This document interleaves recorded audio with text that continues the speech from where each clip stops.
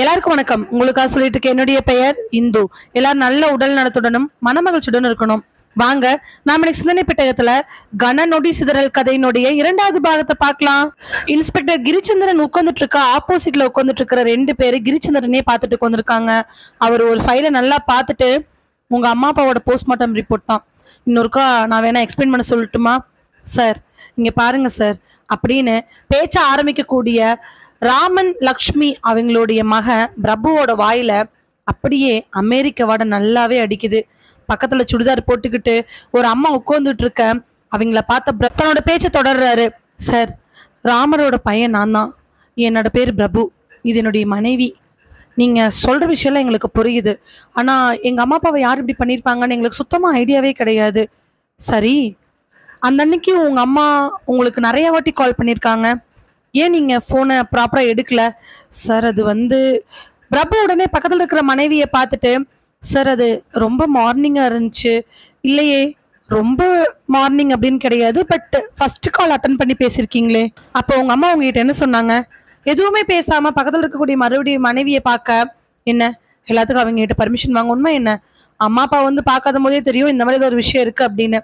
உடனே பக்கத்துல இருக்கிற பிரபுவோட மனைவியை பார்த்த இன்ஸ்பெக்டர் கிரிச்சந்திரன், மேம், உங்க ஹஸ்பண்ட் இப்ப எல்லா உண்மையும் சொல்லினா இவர் மேலதான் சந்தேகம்னு சொல்லி உள்ள போட்டுருவேன், பரவாயில்லையா?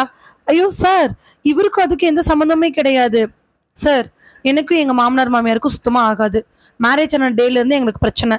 அதனாலதான் இவர் இங்க இருக்கக்கூடிய லோக்கல் வேலையை அமெரிக்காவுக்கு மாத்தினாரு. பெங்களூர்ல தான் நாங்க இடையில ஒட்டுக்கா ஒர்க் பண்ணிட்டு இருந்தோம். அன்பார்ச்சுனேட்டா இவங்க அம்மா வர போக எல்லாமே பண்ணேன். என் ஃபர்ஸ்ட் பொண்ணு பிறந்த உடனே எங்க மாமியார் வந்துட்டு போயிட்டு இருந்தாங்க. அப்பவே நிறைய ப்ராப்ளம் ஆச்சு. ரிலேட்டிவ்ஸ்க்கு வாங்க போங்கன்னு சொல்லி கூப்பிட்டு எங்களுக்கு ஒரே பிரச்சனை. லவ் மேரேஜா அரேஞ்சு மேரேஜா? கிரிச்சந்திரன் அப்படி கேட்ட உடனே லவ் மேரேஜ் தான் சார். அப்புறம் அதனால இவரு அமெரிக்காவுக்கு அப்ளை பண்ணாரு. அப்புறம் பையன் பிறக்கிற சமயத்துல நாங்க அமெரிக்கா போய் செட்டில் ஆயிட்டோம். அதுக்கப்புறம் நாங்க அங்கேயே தான் இருந்தோம், திரும்பி இங்க வரவே இல்லை. அப்படிதானே? அது வேலை பிஸினால. ஓகே, உங்களோட அம்மா அப்பா எங்க இருக்காங்க? எனக்கு அப்பா கிடையாது சார், அம்மா மட்டும்தான். கூட பிறந்தவங்க யாருமே கிடையாது சார், நான் ஒரே பொண்ணு. அம்மா எங்க இருக்காங்க?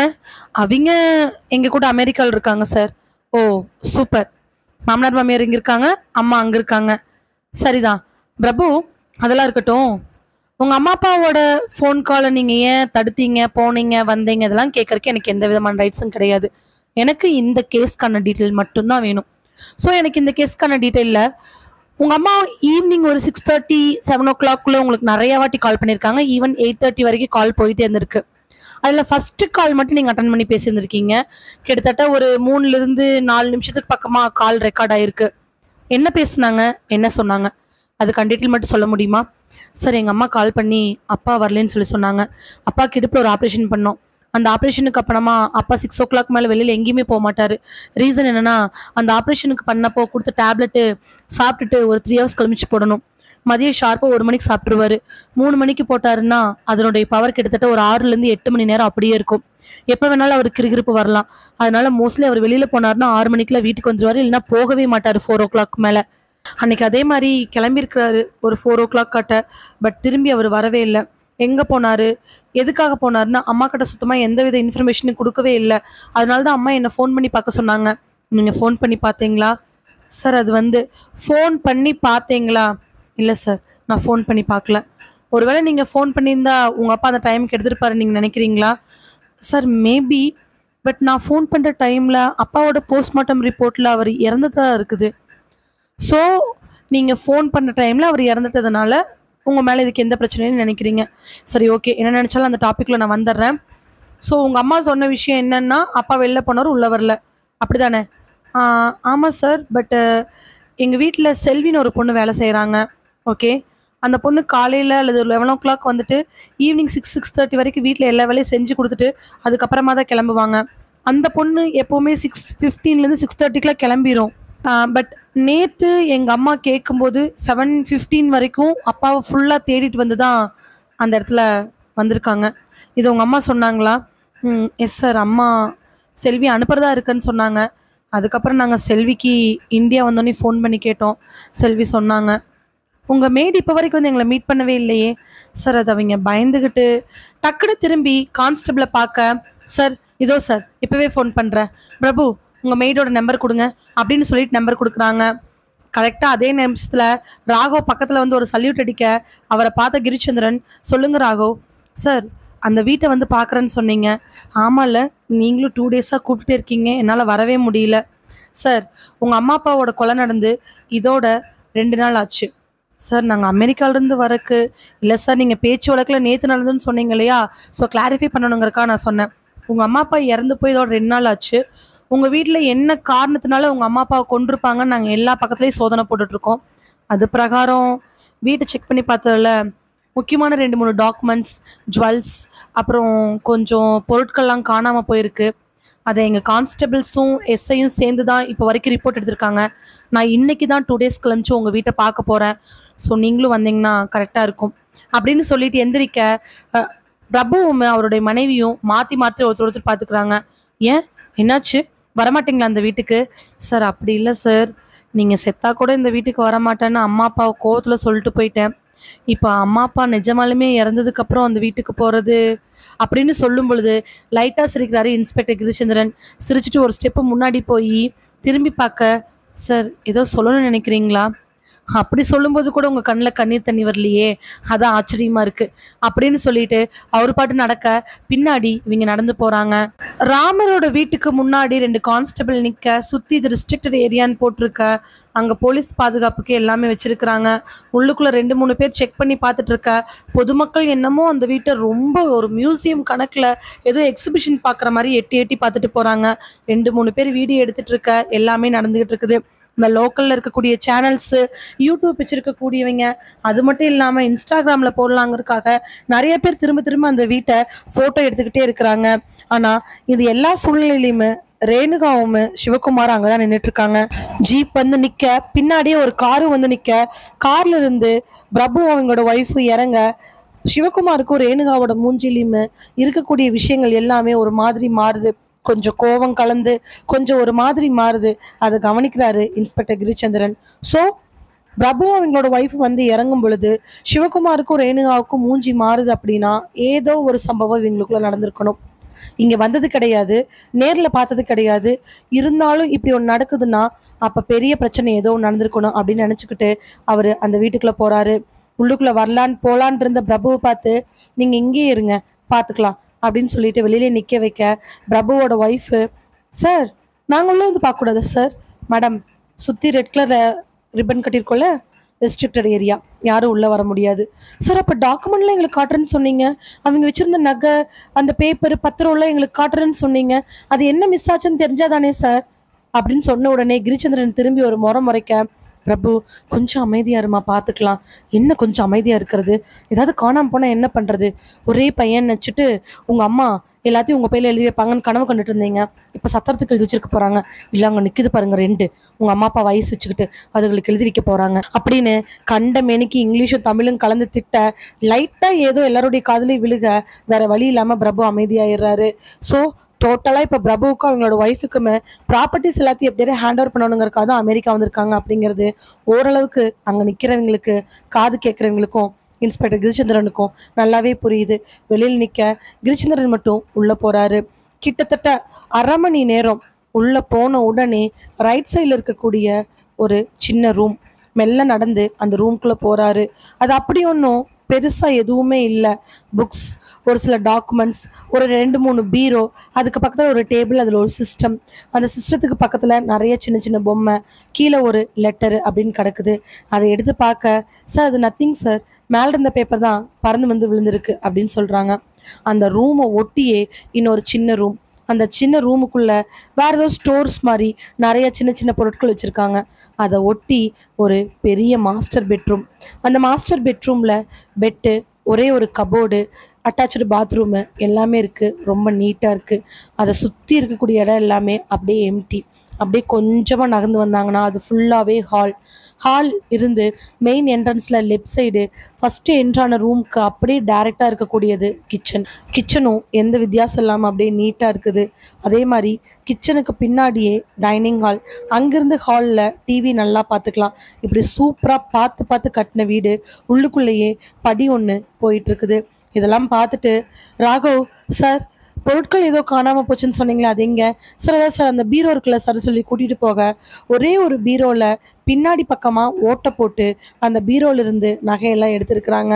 அண்ட் அது மட்டும் இல்லாம பீரோவோட இன்னொரு பக்கத்துல ஓட்டை போட்டு என்னமோ தேடி இருக்கிறாங்க. மர பீரோ ஒன்று இருக்கு. அந்த பீரோல இருந்து வெள்ளி பொருட்களும் 2, 3 டாக்குமெண்ட்ஸும் எடுத்திருக்கிறாங்க. ஏதோ ஓப்பன் பண்ணி பார்த்தீங்களா?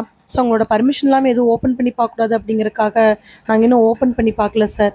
சரி, நீங்கள் இப்போது பிரபு வர சொல்லுங்க.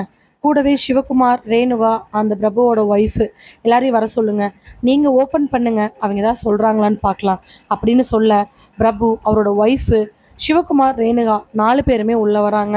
கரெக்டாக இன்ஸ்பெக்டர் கிரிச்சந்திரன் வெளியில் போய் நிற்க, ராகவ மட்டும் உள்ளே போகிறதுக்கு முன்னாடி டக்குன்னு வெளியில் வந்து, சார் பிரபு ஓகே, பட் சிவகுமாரும் ரேணுகாவும் ரீசன் இருக்குது, உள்ளே போய் செக் பண்ணுங்க அப்படின்னு சொல்லி கூட்டிகிட்டு போகிறாங்க.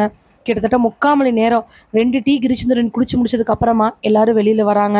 வெளியில் வந்த உடனே பிரபு அவரோட மனைவியும் ரொம்ப கோவமாக இருக்காங்க. அவங்கள பார்த்து கிரிச்சந்திரன், எனிதிங் சீரியஸ் சார்? அப்பா வச்சிருந்த டாக்குமெண்ட்ல முக்காவாசி காணா சார். மரபீரோல வச்சிருந்த அந்த காம்ப்ளெக்ஸ் டாக்குமெண்ட், பட்டறையோட டாக்குமெண்ட், அப்புறம் ஒரு மில்லோட டாக்குமெண்ட், அதுக்கப்புறம் ஒரு சென்ட்ல இருக்கக்கூடிய நிலத்தோடது, அம்மாவோட ஜுவல்ஸ்ல 2, 3 பெட்டி காணா சார். ஆனா இதெல்லாம் உங்களுக்கு எப்படி தெரியும் பிரபு? நீங்க தான் அமெரிக்காவில் இருக்கீங்களே சார். அம்மா அப்பாட்ட வார வாரம் நான் வீடியோ காலில் காட்ட சொல்லுவேன் சார். எல்லாம் பாதுகாப்பாக இருக்கணும்ல, அதனால தான். ஸோ உங்கள் அம்மா அப்பா என்னென்ன பொருளை எங்கெங்கே வச்சுருக்காங்க அப்படின்னு உங்களுக்கு எல்லாமே டீட்டெயிலாக தெரியுமா? ஆமாம் சார், எல்லாமே தெரியும். நான் வீடியோ காலில் பார்த்துட்டு தான் இருப்பேன். கிச்சனில் ஒன்று காணாமல் போயிருக்கு, அது தெரியுமா சார்? கிச்சனை பற்றிலாம் எனக்கு விஷயம் கிடையாது சார். எனக்கு என் பெட்டி, எங்கள் அப்பாவோட பெட்டி, அந்த பீரோவில் இருந்த டாக்குமெண்ட்ஸ் காணாம். ஸோ கண்டிப்பாக அதை கண்டுபிடிச்சே ஆகணும் சார். ஸோ அம்மா அப்பாவை கொண்டவங்களை கண்டுபிடிக்கணுங்கிற அவசியம் இல்லை, அப்படி தானே சார்? அது வந்து டக்குன்னு கிரிச்சந்திரன் மேலே கீழே பார்த்துட்டு சிவகுமாரை பார்த்து திரும்ப, சார் எங்களுக்கு இதை பற்றி எதுவும் தெரியாது. நாங்கள் அவங்க வீட்டுக்கு மோஸ்ட்லி போக மாட்டோம். அவங்க தான் எங்கள் வீட்டுக்கு வருவாங்க. ஒய்ஃப் தான் என்னைக்காவது அது இதுன்னு கொடுக்குறக்கு போவாங்க, ஆனால் உடனே வந்துடுவாங்க. நான் இல்லா டைமில் ரேணுகாவும் அவங்க வீட்டுக்கு போக மாட்டாங்க. பாட்டி தான் எங்கள் வீட்டுக்கு வருவாங்க. அப்படியே நாங்கள் போனாலும் ஹாலோட வந்துடுவோம். இப்படி ஒரு பெட்ரூமு, ஸ்டோர் ரூமு, இத்தனை பீரோ இருக்குது அப்படிங்கிற டீட்டெயிலாம் எங்களுக்கு சுத்தமாக தெரியாது சார் அப்படின்னு சொல்ல, டக்குன்னு ரேணுகாவை பார்க்குறாங்க. அவர் சொல்கிறது சரிதான் சார். பாட்டி இதெல்லாம் எங்கிட்ட சொன்னது கிடையாது. அவருக்கு வேணா ஃபோன் பண்ணி பேசுவாங்க. ஏங்க, எங்கள் அம்மா எங்கிட்ட பேசாத, நீங்கள் எங்க அவர்கிட்ட சொல்லிட்டு இருக்கீங்க அப்படின்னு பிரபு கத்த, டக்குன்னு திருந்த இன்ஸ்பெக்டர் கிரிச்சந்திரன், இங்கே என்கொயரி நான் பண்ணிகிட்ருக்கேன், எனக்கு வேணுங்கிற டீட்டெயில் அவங்க தருவாங்க, நீங்கள் கம்மன் இருக்கீங்களா இல்லை என்னுடைய வேலையை நான் பார்க்கட்டுமா அப்படின்னு சொல்ல பிரபு அமைதியாயிடுறாரு. நீங்கள் கண்டினியூ பண்ணுங்கள் சார். ஜஸ்ட்டு நாங்கள் ஒரு சப்போர்ட்டிங்காக தான் இருந்தோம். அவங்க ஃபேமிலி டீட்டெயில்ஸ், அவங்க என்ன வச்சுருக்காங்க எது வச்சுருக்காங்கலாம் எங்களுக்கு சுத்தமாக தெரியாது. நாங்கள் இங்கே உள்ளே போயிருக்கணுங்கிற அவசியமே எங்களுக்கு இல்லை அப்படின்னு சொல்லிட்டு, அதுக்கப்புறம் ஒரு 10 நிமிஷம் 2 பேர்த்துக்கிட்டையுமே, அதாவது 2 கப்பிள்ஸ் கிட்டையும் வேணுங்கிற டீட்டெயில்ஸ் எல்லாமே எழுதி வாங்குறாங்க. எல்லாமே எழுதி வாங்கினதுக்கப்புறமா அவங்கள போக சொல்ல, பிரபு அவருடைய மனைவியுமே ஏற்கனவே தங்கியிருந்த ஹோட்டலுக்கு போக, சிவகுமார், ரேணுகாவும் வீட்டிலேருந்து ஒரு 10 8 மட்டும் தள்ளி நிற்கிறாங்க. தாத்தா பாட்டியினுடைய கடைசி சடங்குகளை யார் பண்ணுவாங்க அப்படிங்கிற கேள்விக்குறி தான் இப்போ எல்லாருடைய மனசுக்குள்ளேயும் ஓடிட்டு இருந்துச்சு. போஸ்ட்மார்ட்டம் ரிப்போர்ட் வந்து இந்த கேஸ் இன்னும் கிளியர் ஆகலை, டெட் பாடி எனக்கு கொடுங்கன்னு அவங்க பையனும் கேட்கல. என்ன பண்ணுறதுன்னு தெரியாமல் இன்னும் மார்ச்சுவரிலே அந்த 2 டெட் பாடி இருக்குது. கேஸில் ஏதாவது ஒரு விஷயம் தெரிஞ்சால் மட்டும்தான் அதை நம்ம முழுசாக தகனம் பண்ண முடியும். அப்படிங்கிறதுனால அதை பெண்டிங்லேயே வச்சுருக்காங்க. எல்லாரும் போனதுக்கப்புறமா ராகவ் பக்கத்தில் வந்து இன்ஸ்பெக்டர் கிரிச்சந்திரனை பார்த்து, சார் எனக்கு என்னமோ உன் பையன் மேலேயும் மருமக மேலே தான் சந்தேகமாக இருக்குது சார். ப்ராப்பர்ட்டிஸ்க்காக இதெல்லாம் பண்ணியிருப்பாங்களோ என்னமோன்னு. யாரோ ஆளை விட்டு ப்ராப்பர்ட்டிஸ் எல்லாம் ஃபுல்லாக எடுத்துக்கிட்டு தாத்தா பாட்டி கொண்டிருக்காங்க சார். பக்காவாக தெரியுது, நகைக்காகவும் சொத்துக்காகவும் தான் இப்படி பண்ணியிருக்காங்க அப்படின்னு சொன்ன உடனே கிரிச்சந்திரன் ராகவை பார்த்து, இல்லை ராகவ், இது அதுக்காக செய்யப்பட்டது கிடையாது சார். என்ன சொல்கிறீங்க சார்? தாத்தாவையும் பாட்டியும் யாரும் ப்ராப்பர்ட்டிஸ்க்காக கொல்லலை. தாத்தாவையும் பாட்டியும் கொன்னுட்டு தான் இந்த மாதிரி ஒரு செட்டப் பண்ணியிருக்காங்க. மேபி குற்றவாளி அவங்க பையன், மருமக, இல்லை தேர்டு யாராவது ஒருத்தர், பக்கத்து வீடு, யாராவது வேணாலும் இருக்கலாம். ஆனால் கொலைக்கான காரணம் நகையோ பணமோ கிடையாது, வேற ஏதோ விஷயம். சார் எப்படி சார் இவ்வளோ பக்காவாக சொல்கிறீங்க? திருட வந்தவன் கண்டிப்பாக ஆட்கள் எங்கே இருக்காங்கன்னு பார்த்து கொல்ல மாட்டாங்க. ஒருவேளை அப்படியே திருட வந்தவன் கொல்றதா இருந்தாலும் வீட்டில் இருந்த பாட்டி தான் கொண்டிருப்பானே தவிர வெளியில் போன தாத்தாவை கொண்டிருக்க மாட்டான். ஒருவேளை அப்படியே இது பிளானடு, தாத்தாவை கொண்டுட்டு பாட்டியை வீட்டிலேருந்து வெளியில் வர வச்சுட்டு பாட்டியை அப்படியே விட்டு திட்டிருக்கலாம். இல்லை பாட்டியை கொன்னுட்டு கூட திருடி இருக்கலாம். ஆனால் திருட வந்தவன் இவ்வளோ நாசுக்கா வீட்டை கலைக்காமல் திருடி இருக்க மாட்டான். இந்த வீட்டை பற்றி கம்ப்ளீட்டாக தெரிஞ்சவங்க, இல்லைன்னா இந்த வீட்டை பற்றி ஆல்ரெடி யார்கிட்டயோ கேதர் பண்ணிக்கிட்டு உள்ளே வந்து பண்ணின தப்பை மறைக்கணும், இதை எப்படியாவது கொள்ளையாக மாற்றணும் அப்படிங்கிறதுக்காக கரெக்டாக நகை இருக்கக்கூடிய பீரோவையுமே டாக்குமெண்ட் இருக்கக்கூடிய பீரோவை மட்டும் நாசுக்காக உடைச்சு அதை மட்டும் எடுத்திருக்காங்க. மேபி அவங்களுக்கு போதிய அளவுக்கு இது கொள்ளைன்னு சொல்லி மாற்றுறதுக்கான நேரம் இல்லாமல் போயிருந்துருக்கலாம். பட் த அப்சர்வேஷன், இந்த ராமன் அண்ட் லக்ஷ்மி அப்படிங்கிற தாத்தா பாட்டியினுடைய கொலை திட்டமிடப்பட்டது. பட் ரீசன் தான் என்னன்னு தெரியல அப்படின்னு சொல்கிற இன்ஸ்பெக்டர் கிரிச்சந்திரனை ஒன்றுமே புரியாமல் பார்த்துட்ருக்கிறாரு ராகவ். பட் என்னன்னா, இன்ஸ்பெக்டர் கிரிச்சந்திரனுடைய யூகம் நிச்சயமாக தப்பாக போகிறதுக்கான வாய்ப்புகளே கிடையாது. வயசான 2 பேர்த்த கொல்றாங்கன்னா அது கொள்ளையா இல்லைன்னா ரீசன் என்னவா இருக்கும்? கொலை பண்ணது யாராக தான் இருக்கும்?